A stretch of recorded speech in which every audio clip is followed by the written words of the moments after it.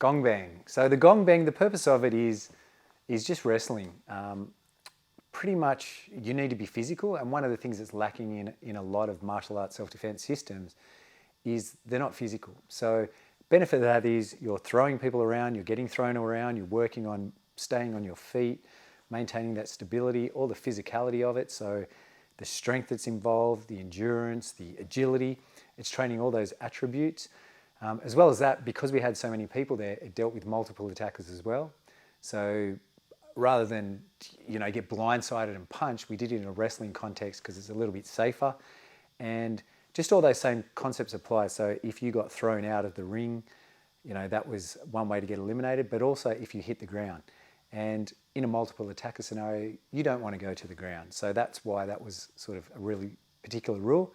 And the whole rule about either your hand or your knee touching the ground at a time was because if you end up with both on the ground, so if you have one knee, one hand posting, you're very vulnerable. But if you're only posting with one, you're okay. So if you were in that scenario and you fell and you had two hands on the ground perhaps and a knee, and someone came up to kick you, it'd be very difficult to defend yourself. So that's primarily why we threw that in. I just think it's a really good drill.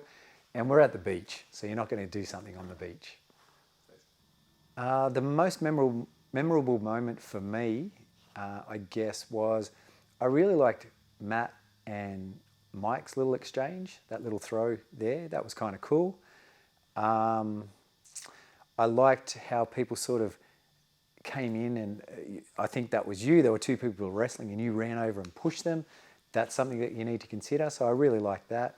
And just the environment. I mean, just going for a swim after, and that was a really good chance for everyone to sort of get to know each other in a sort of a casual setting and have a swim.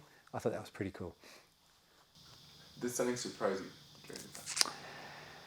Not really. Like I kind of thought it would go in order of heaviest to lightest, which it more or less did to some extent.